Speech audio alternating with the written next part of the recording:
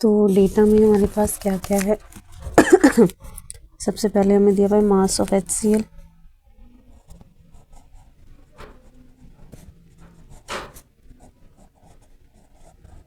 जो कि कितना गिवन है 1.25 ग्राम।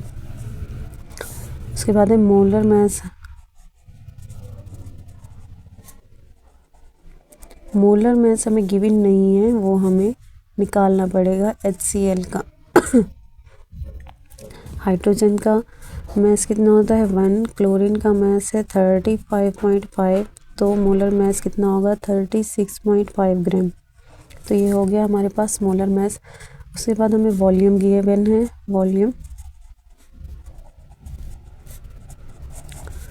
वॉल्यूम ऑफ सॉल्यूशन कितना है हमारे पास, वॉल्यूम ऑफ सॉल्यूशन है 30 सेंटीमीटर क्यूब। हमने मालूम क्या करना है, मोलैरिटी।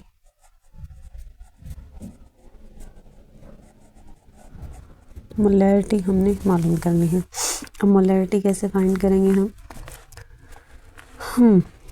तो उसका हमारे पास फॉर्मूला है, molarity is equals two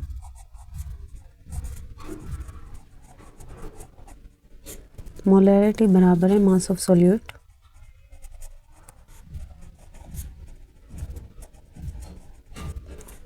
upon molar mass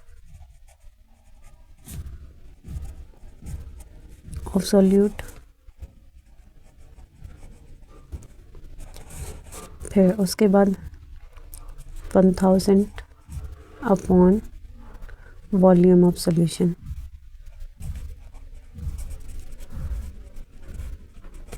volume of solution यहाँ पर हम सॉल्यूशन कितने सेंटीमीटर क्यूब, अगर सेंटीमीटर क्यूब में गिवन है तो हम 1000 अपॉन सेंटीमीटर क्यूब लिखेंगे, लेकिन अगर डेसीमीटर में अगर वॉल्यूम हमें दिया हुआ है तो उसके लिए हम ऊपर सिर्फ 1 लिखेंगे, लेकिन यहाँ सेंटीमीटर में इसलिए 1000 आएगा। तो अब हम वैल्यूज़ पुट कर लेते हैं। मोलैरिटी इक्वल किसके है, मास ऑफ सॉल्यूट कितना है 1.25 gram multiply by 1000 upon molar mass कितना है 36.5 मल्टीप्लाइड बाय वॉल्यूम कितना है 30। अब हम इसको सॉल्व करते हैं। सो मोलैरिटी हमारे पास आएगी 1.1415 मोल पर डेसीमीटर के। तो ये हो गई मोलैरिटी, या मोलैरिटी ऑफ HCl इज़ 1.1415 मोल पर डेसीमीटर क्यूब। तो ये थे स्टूडेंट्स मोलैरिटी।